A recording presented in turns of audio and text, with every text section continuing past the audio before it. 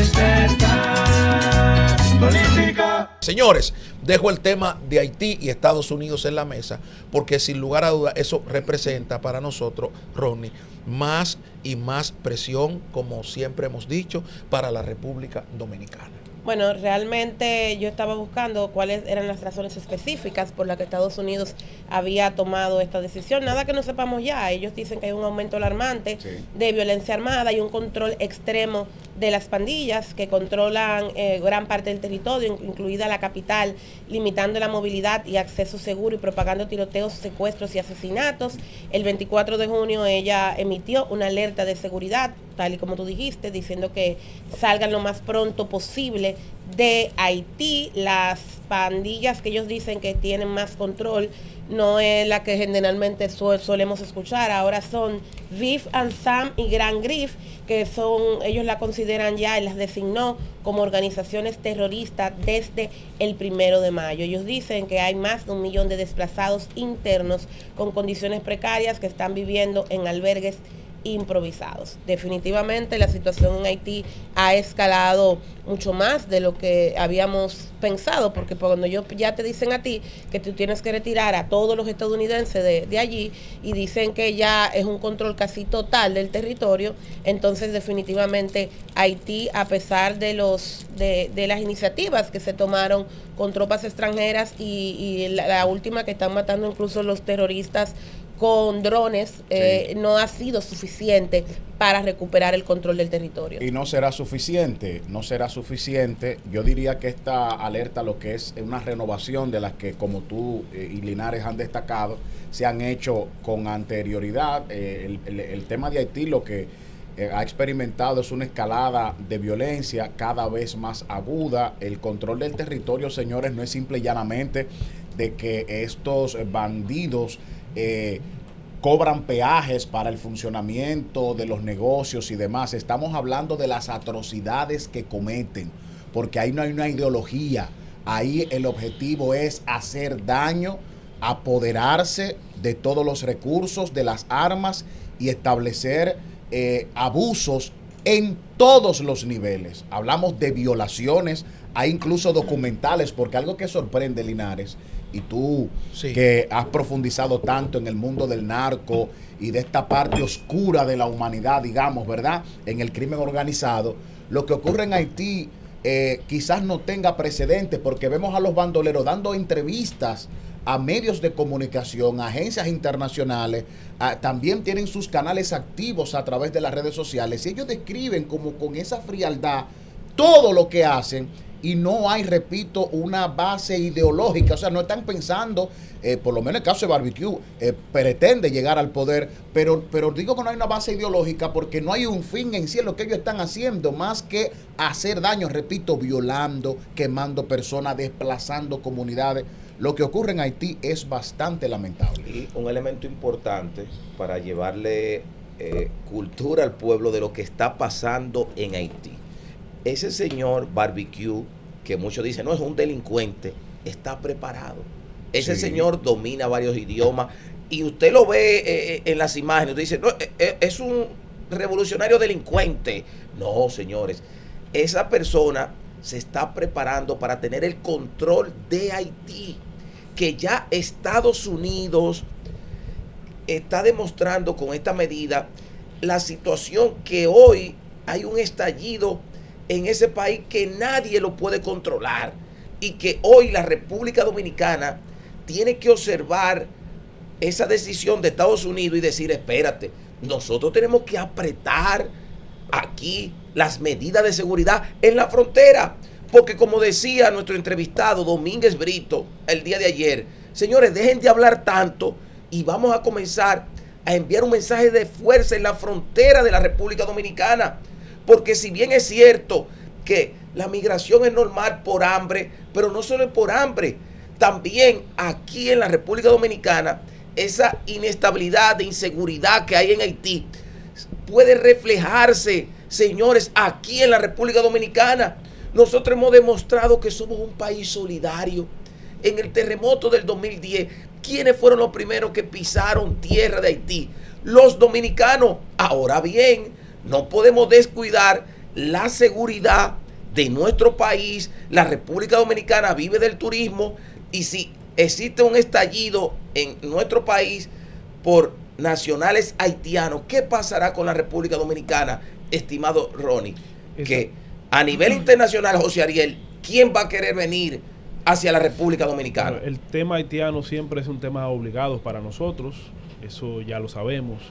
Y como ya señalan todo el mundo, a pesar de la llegada de los kenianos, esa crisis sigue igualita, como que no ha pasado nada. O peor. Entonces, como señalaba Rodney, vemos a cada rato que violan mujeres, vemos que entran, ni las iglesias respetan, entran a las iglesias, violan a las mujeres, hacen esto, hacen aquello. Entonces, todo ese conflicto que pasa en ese territorio, eso impacta directamente a la República Dominicana, porque nos genera una presión migratoria por hambre, por luchas que se arman ahí. Entonces es un problema serio que tenemos ahí. Ustedes recuerdan cuando salió la señora que vendía empanadas, que logró envenenar a 40 pandilleros. Sí. Los comentarios debajo decían: logró más que lo que han hecho los soldados kenianos, sin ánimo de faltar el respeto, ¿verdad?, a la buena disposición de esa nación. Pero hoy hay una información que es relevante en el contexto, y lo decía Abril, de que prácticamente se ha logrado poco en Haití, y es que República Dominicana ha logrado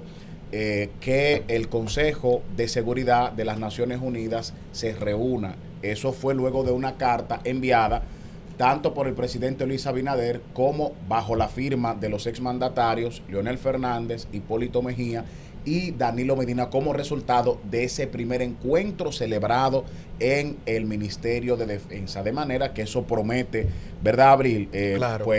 Que por lo menos el tema se vuelva a tocar, a ver si se aprueba esa resolución de la ONU. Mira, barbecue, porque tal y como dijo Giovanni, la gente entiende como que ya barbecue es un loco. Barbecue es un ex oficial de la policía que gobierna una coalición de pandillas que se llama G9 Family and Allies.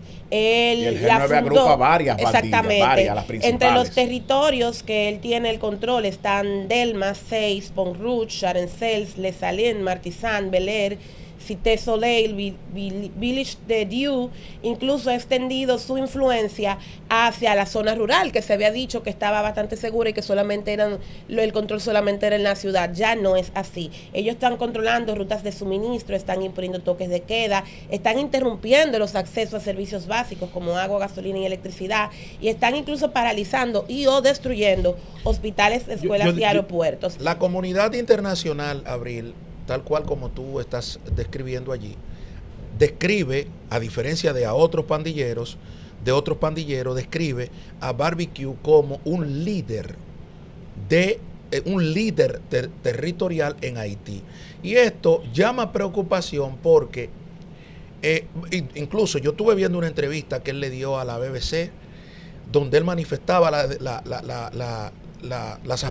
sus aspiraciones a la presidencia de la República, porque es un tipo, es un terrorista, para mí es lo peor que le ha pasado a Haití, pero él ha profundizado en ese discurso, diríamos, de odio de la clase pobre haitiana, de la clase miserable haitiana contra la corrupción política. Ojo, Barbecue no deja de ser un guerrillero y delincuente a la vez, porque el que toma las armas para hacer lo que Barbecue está haciendo. ¿Por qué? Porque, señores, las bandas tienen el control territorial aliado con los políticos haitianos. Claro. O sea, las bandas no pueden controlar, o los políticos no pueden dirigir el territorio haitiano o parte del territorio sin la presencia de las bandas, porque en Haití se mueve un comercio. Así mismo. Mal o bien se mueve un comercio, en parte desde la República Dominicana. Se mueve un comercio también desde Estados Unidos a Haití, desde Colombia, desde Venezuela, desde Jamaica, porque ellos hacen frontera terrestre con nosotros, pero hacen frontera terrestre con Jamaica. Y también se mueve... Marítima. Marítima, sí, gracias, Abril. Marítima con Jamaica. Pero también, y es también una partecita muy pequeña, muy ínfima, está operando en Cuba, muy ínfima, porque ustedes saben que el gobierno cubano tiene unas leyes migratorias muy fuertes y no le permiten a ellos procurar hacer tantos negocios. Van esos haitianos de clase media alta allí a negociar algunas cositas, tienen algún tipo de comercio, pero las bandas tienen el control territorial de Haití. Ahora, ¿qué pasa? Se mueve todo, Rodney, Claro. como tú dices. Se mueve el comercio lícito, pero también se mueve el comercio ilícito. Por eso hablaba recientemente, la semana pasada, de los bienes estratégicos de la República Dominicana, y Pedernales es un bien estratégico. Hacemos frontera marítima con Haití, de aquel lado. Entonces, ¿qué control tiene nuestra Armada Dominicana perdón, para poder resguardar esa inversión turística millonaria de la presencia de las bandas? Porque tenemos bienes estratégicos en Montecristi también. O sea, Ariel decía, el tema de Haití es obligado, lógico, porque nos afecta directamente a nosotros. Sí. Un problema ya es un problema aquí. Y parece ser que ya representa un problema a lo interno en la República Dominicana que ha preocupado al gobierno dominicano. Mira, lo de barbecue, tal y como tú decías, ha llegado a un punto que está siendo analizado por universidades internacionales. Sí, claro. Se publicó un estudio que en español se llama Líder de una pandilla, luchador por la libertad.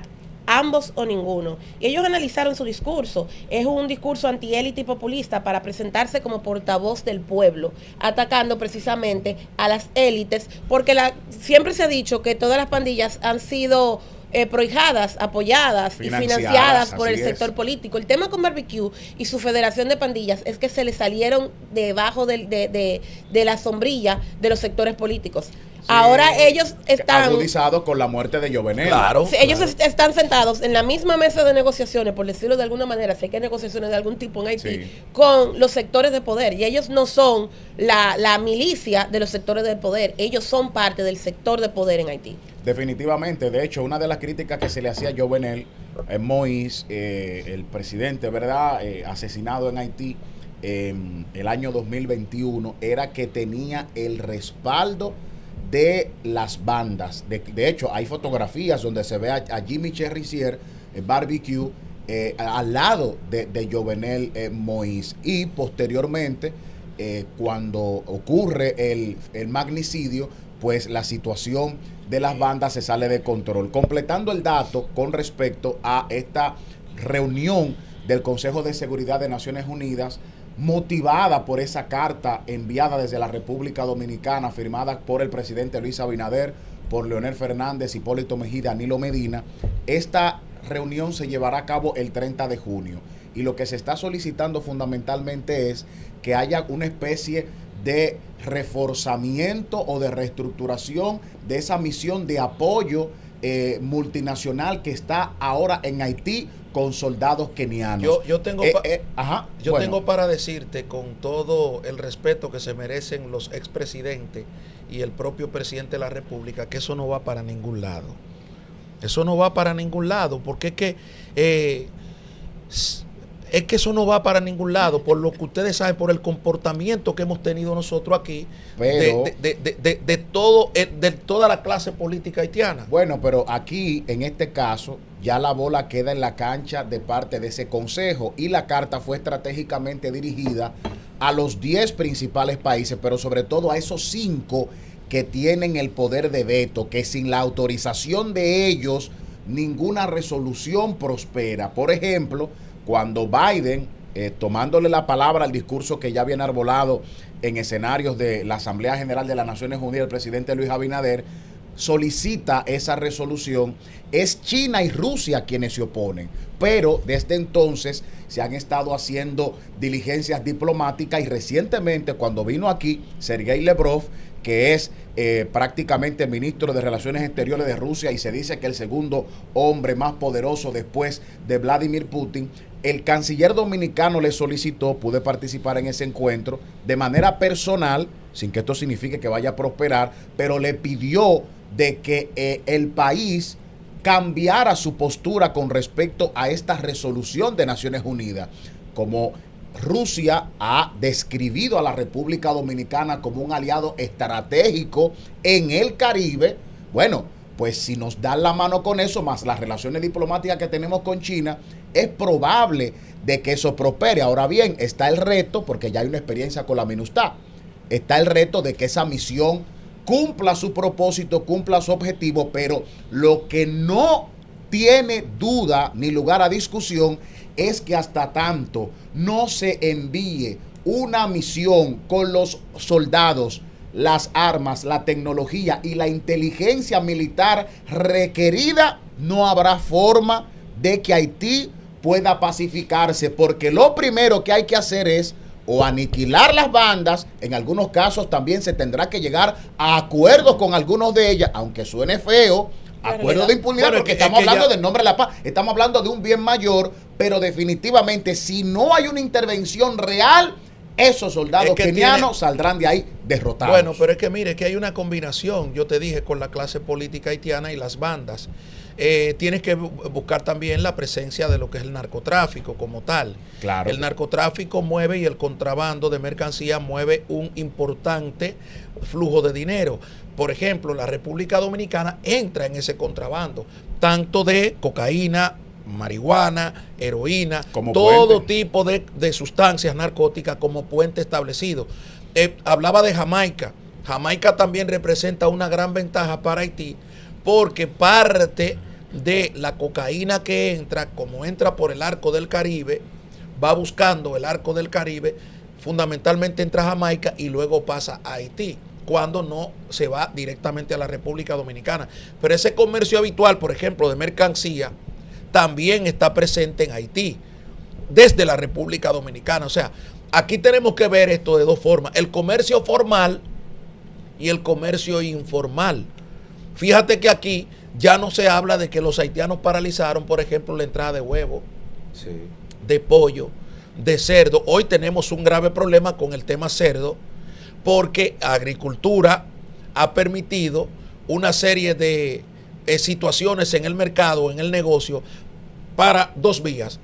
Primero, provocar la importación de carne de cerdo. Dios. Y segundo, culpar a las provincias fronterizas cercanas a Haití para entonces a esos pequeños y medianos productores quebrarle el negocio. Todo eso es parte de la negociación estrecha y de la negociación a oscuras con Haití. Tema cerdo y tema huevo y tema pollo. Por ejemplo, en Santiago se produce un salami que solo en Haití se produce. Wow. Qué difícil que se ¿Cuál coma es? aquí un salami picante. Se comercializa en Haití. Porque Haití, en su gran mayoría, come picante, embutidos Aquí hay picantes. productos que se elaboran exclusivamente, Exclusivamente para Haití. Que ningún otro mercado lo va a recibir. Por ejemplo, el mercado de las zonas francas es utilizado por empresarios dominicanos que tienen domicilio en Haití o domicilio en la frontera y se benefician de esas estructuras comerciales. O sea, no estamos hablando de una situación poca. Por eso hoy ustedes ven una presión estructural por los sistemas de poder, por los sectores de poder en la República Dominicana, porque se necesita también la mano de obra haitiana para fortalecer la agricultura. O sea, esperen el tablazo de la agricultura ahora en estos días, porque ya vimos el tablazo de la construcción. Sí, en todo eso. Entonces, tú estás hablando y confirmando que Haití es nuestro segundo socio comercial. Pero claro, Eso Esa es la realidad. Y Confirmado. que la balanza de pago está a favor de nosotros. No, claro, porque ellos no Eso producen es nada y obvio. menos en la situación en la que Ahora están bien, ahora. ahora bien, ¿qué pasa en la comunidad internacional en Estados Unidos? Estados Unidos tiene la inteligencia suficiente para detectar dónde están esa gente. Es para que hacer no toda le esa vaina. interesa. Oye, es lo que quiero interesa. decir. No les interesa. Si ¿Y hubiera tú un no crees? yacimiento de petróleo ahí con, mira, con una reserva así Si es. de encuentran cuánto metales mil- raros en el lado de Chacho, Haití, no al se otro va. día está Se arma un pacificado. Si lío. encuentran tierra rara en Ya. Haití, se Así resuelve es. el problema de la banda. No, discúlpame. ¿Eh? Discúlpame. No hay nada en oye, Haití, no. entonces. Oye, ¿qué es lo que pasa con Haití? Explíquenos. Hay tierras raras, hay oro, hay minas, hay de todo. O sea, Ahora, ese pueblo que parte de la desconfiguración de la sociedad haitiana es precisamente por eso. Ese pueblo hay que mantenerlo así para provocar un arreglo y para matar mucha gente. Lo que se está haciendo ahí es peor de lo que hizo el propio Haití en 1804. Increíble.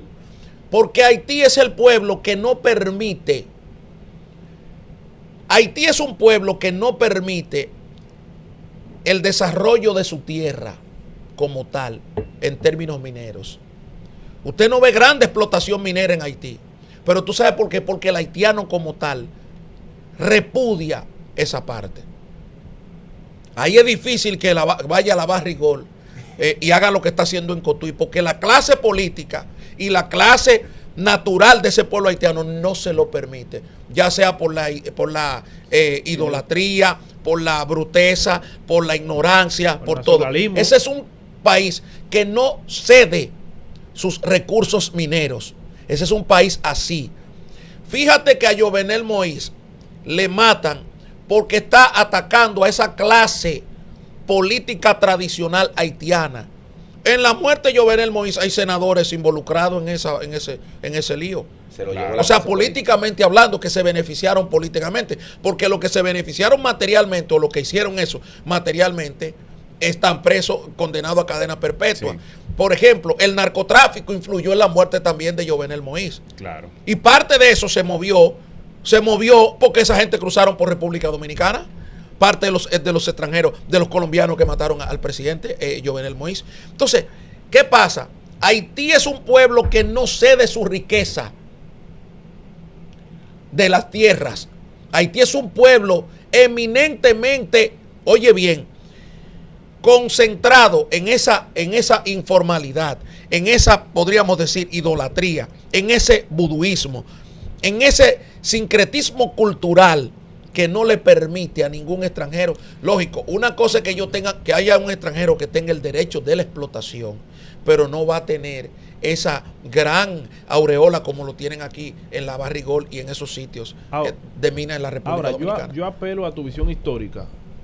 Por ejemplo, en Haití se hablaba antes con Duvalier de los Totos Macú, no sé cómo se pronuncia. Entonces, yo apelo a tu visión histórica, salvando las distancias. Esa milicia que creó ese dictador para su protección personal y todo lo que hacían, ¿sería un antecedente a esto de las bandas?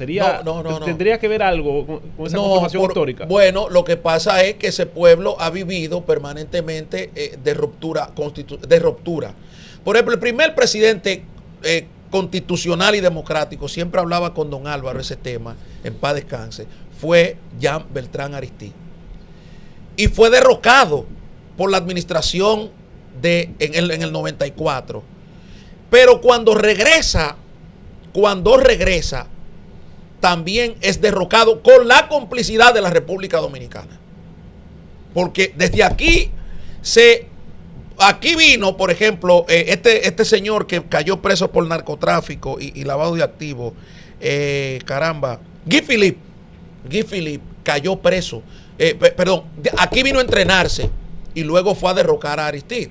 Entonces, esa ruptura, esos 10 años, esa ruptura constitucional, hay que ver, tú hablabas de Papa Doc y Baby Doc. Papa Doc se volvió loco. A Papa Doc le dio una cuestión ahí de una subida de azúcar y un problema de salud, que él volvió diciendo que él era el enviado prácticamente de Dios en Haití, que él curaba pero mantuvo ese país y luego lo dejó en manos de su hijo. Ya cuando se desmorona esta parte, lo que viene es lógico, había un desastre económico, social, porque la riqueza la concentraba la familia presidencial y los amigos de la familia presidencial. Pero cuando llegan estas guerrillas a operar a lo interno de Haití, auspiciada por la clase política haitiana, por esa delincuencia haitiana, que es lo que yo siempre vivo llamando a estos grupos empresariales, apostando no al sistema democrático haitiano, sino apostando al sistema ese que tenemos, porque Haití es una repetición histórica de cosas. Ahora, hoy tú tienes una gran situación en Haití que nadie lo controla. Y esa gente deciden, por ejemplo, presionarnos a nosotros y deciden abrir un canal en un río compartido y abren su canal y no importa. Y deciden presionarnos en los foros internacionales, nos presionan y nada importa. Atacan a nuestros militares. Atacan a nuestros militares en la frontera y nada importa. Entonces, esas son situaciones que usted no sabe ni la en su gran magnitud lo que está ocurriendo con esa frontera dominico-haitiana. No, y peor aún, esto es un relato ya repetido y que se está ahora viviendo en Haití, pero que, señores, se está viviendo alrededor de todo el mundo. Lo que esa desestabilización que hay en Haití, eso no es gratuito. Ni amanecieron los políticos y las bandas que se iba a suceder. Mire, ya esto sucedió en el Congo. Pero ¿qué hay en el Congo? Coltán, cobalto, oro y diamante. ¿Y qué hicieron? Guerras civiles. ¿Y cuál es el resultado? Todos los millones de muertos del mundo, más de 5 millones de muertos, por eso no importan. Los ucranianos sí, para poner un ejemplo, pero esos 5 millones de muertos del 96 para acá, nadie habla de eso. Y Libia, señores, Libia era el país con mayor desarrollo urbano del planeta. Lo destruyeron para tener control del petróleo, del gas, de los acuíferos. ¿Y cuál fue lo que utilizaron? La OTAN intervino. Así como nosotros queremos que intervenga la ONU, intervino la OTAN. ¿Y cómo está Libia hoy? Aquí, que no sirve para nada. Pero tenemos Sudán del Sur en la misma situación, Nigeria en la misma situación, Mali, Burkina Faso en la misma situación. Donde quiera que hay recursos y riqueza, hay conflictos internos, hay guerras civiles, etcétera, etcétera, etcétera, aprovechándose del ostracismo en que mantuvieron todas esas colonias durante siglos. Porque ese ostracismo y ese atraso social y cultural de esas sociedades tampoco fue porque sí, porque son negros. Eso fue apadrinado por las grandes potencias. Una de las cosas, sí. Podríamos decir que esas grandes riquezas son su gran pobreza para la población común. Sí. Porque son vapuleados y un matados. Regalo envenenado. Pero antes, Linares, yo lo que puedo ver también con el caso histórico de Haití es que, a diferencia de nosotros, que con todo lo que tú le puedas criticar a nuestra clase política y empresarial, yo lo que veo es que aquí se le ha sacado provecho a todos nuestros males. Tuvimos dictadores, pero crearon cosas. Intervención norteamericana dejó caminos, dejó construcciones, pero Haití ha tenido intervención, ha tenido dictadores, pero cuando no dejan nada tangible. Pero volvemos a lo mismo. Volvemos a lo mismo. Es que somos parte. Fueron desarrollistas. Es que somos parte del negocio. Sí. Somos parte del negocio. Todo el periodo de la Minustash, para que tú entiendas, los soldados haitianos, los soldados que estaban en la Minustash se atendían aquí en la Plaza de la Salud. Sí. ¿Y qué ocurre ahora con Kenia? Con los soldados kenianos. Hay un acuerdo también. Entonces, ¿quién paga esa factura en dólar? ¿Quién cobra esa factura en dólar? La cobra República Dominicana, beneficiándose del conflicto haitiano. Pero mira, los bienes estratégicos, un país debe tenerlo pendiente. Y uno de los bienes estratégicos son sus ciudadanos como tales. Así es. Y los derechos que adquiere un ciudadano como tal. Cuando usted compra un inmueble, usted adquiere el derecho de propiedad. Sí. Y es inviolable a menos que el Estado dominicano quiera comprarte ese derecho. O sea, tiene que pagar e indemnizarte. Uno de los motivos que Rusia utilizó para recuperar la península de Crimea, que es esa península se la regala Nikita Khrushchev, la regala precisamente porque él era mitad ruso y mitad ucraniano. Pero uno de los argumentos que utilizó Rusia para recuperar esa península era que había ciudadanos rusos ya instaurados ahí, asentados ahí, lo mismo que ha hecho con parte del territorio ucraniano para bombardear y apoderarse de los territorios. Entonces, gracias al pueblo dominicano, podríamos decir, a ese patriotismo, esa ignorancia que mucha gente dice en el exterior. No es que los dominicanos son demasiado cerrados con Haití, no. Gracias a eso, nosotros no hemos permitido como pueblo que esa clase política le permita aquí grandes asentamientos haitianos legales, porque lo que tenemos son asentamientos haitianos ilegales. Pero ojo, una parte es el comercio habitual permanente en términos minoritarios y otra parte es el mayoritario, que son las grandes cosas que ocurren aquí a nivel empresarial. Pero, señores, abondar así ya de manera de conclusión, que la desgracia del pueblo haitiano, y como dice José Ariel, tiene que ver incluso con la manera en que la clase política se ha manejado, con una tendencia totalmente inclinada a lo que es la oligarquía y no apostando al pueblo, porque incluso dictadores como Rafael Leónidas Trujillo, que retuvieron el poder por tanto tiempo, 3 décadas, y porque lo mataron, ¿verdad? Sí. Desarrollaron la República Dominicana, y eso incluso lo reconoce el profesor Juan Bosch en alguna de sus obras, ¿verdad? indicando de que Trujillo fue un dictador desarrollista. Algunos hablan de que fue el que introdujo a la República Dominicana al siglo XX, cuando agarró la República Dominicana en el 1930, porque hay que hablar de las luces y de las sombras de los dictadores, porque tienen sus luces. Cuando Trujillo agarra a este país, viene el ciclón San Zenón, eso lo lleva a un atraso mayor, pero todavía habían casas prácticamente, con batallas prácticamente en la misma capital, casas de yagua. Pero ¿qué ocurre luego? Que cuando Trujillo deje el país, pues ya la cosa había cambiado. Incluso ni siquiera necesariamente cuando él muere, sino que ya para el 1955, cuando se celebra aquí la Feria Internacional de la Paz y del Mundo Libre, hay que ver lo que dejó en el Centro de los Héroes y cómo las principales estructuras institucionales gubernamentales se edificaron ahí. O sea que hasta en eso la historia de la República Dominicana se distingue de la historia de Haití, que hasta nuestros dictadores y las intervenciones, por ejemplo, la primera intervención estadounidense, la segunda, carreteras como la autopista Duarte y otras cosas se hicieron. O sea que aún en nuestros males hemos tenido, digamos así, más suerte, ¿verdad? Que algunos dicen que tiene categoría histórica, que las situaciones que ha experimentado Haití en materia de intervenciones eso se le y de debe dictadores. a la, por ejemplo, a la clase empresarial, a la clase política, que no le permitió a la clase empresarial, en parte, apoderarse y adueñarse del sistema político. Lo hace a partir de los 90, del 96 en adelante, porque con Balaguer, como había una presencia tan natural y unos acuerdos con los norteamericanos, entonces todo el mundo le temía a Norteamérica. Y entonces teníamos la Guerra Fría.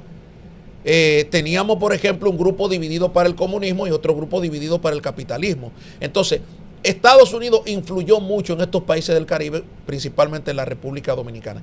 Ya cuando comienza la liberación, ese capitalismo salvaje, es que los partidos se vuelven rehenes de los empresarios dominicanos, porque necesitaban el dinero permanentemente para hacer política. Hasta el día de hoy, que usted ve que para ser regidor usted necesita 4 millones de pesos, para ser regidor en un distrito nacional como este, para ser regidor en un Gran Santo Domingo, en Santo Domingo Norte. En definitiva, esa clase política se puso los pantalones, y hablo de PRD, PRSC, el propio PLD en un momento, para contener esa apetencia empresarial, porque tú hablarle, por ejemplo, a la clase política en los 70, de que los empresarios querían un muelle, de que los empresarios querían un bien estratégico, eso generaba, ¿por qué? Porque los partidos controlaban la boleta electoral y no era por un asunto como lo establece ahora el voto preferencial, sino que era por asunto de confianza y liderazgo. Estaba el deterioro de la clase política como tal, pero no era un deterioro por la falta económica, era un deterioro ya por los principios políticos. Ya no es comunista, ya no es de la izquierda, ahora hizo la transferencia para la derecha y entonces ese era el debate. El transfugismo de la época era de ese tipo. El transfugismo, ahora no, el transfugismo es más económico que otra cosa. Claro. Porque muestra necesidades. Y la clase política de este país, durante esos 40 años, 45 años de 35 años que estuvo gravitando, es prácticamente, para coincidir contigo, Rodney, la culpable de los males, pero también la de los grandes virtudes en la República Dominicana. De manera rápida, estimado Linares. Sí, que tenemos que irnos a pausa. Quiero enviarle un mensaje al pueblo dominicano. Porque existe una diferencia cultural, económica entre Haití y la República Dominicana. Cuando se produce la independencia haitiana, ¿cuál era la población de esclavos? Escuche bien, de esclavos en Haití. De más de 400,000 personas en el territorio de la parte este, Saint-Domingue, que eran españoles que se mezclaron. Era una población de 100,000 personas, señores. Esa sociedad de esclavos que produce una independencia, todos estos años desde sus inicios de fundación ha existido inestabilidad, al punto que en el 2025 se está viviendo lo que expresó nuestro compañero Rafael Linares. Por eso es que la República Dominicana, con luces y sombras, con una democracia que muchas veces la criticamos, pero tenemos el orgullo de hoy tener una República Dominicana con estabilidad social, política y económica, y tenemos que protegerla. Por eso la República Dominicana tiene que fijar posición con este tema haitiano, porque necesitamos, señores, una segunda restauración, que es tratando de fortalecer las políticas migratorias y fijar posición sobre nuestra soberanía, señores, que ha costado tanto en nuestro país. Despertar.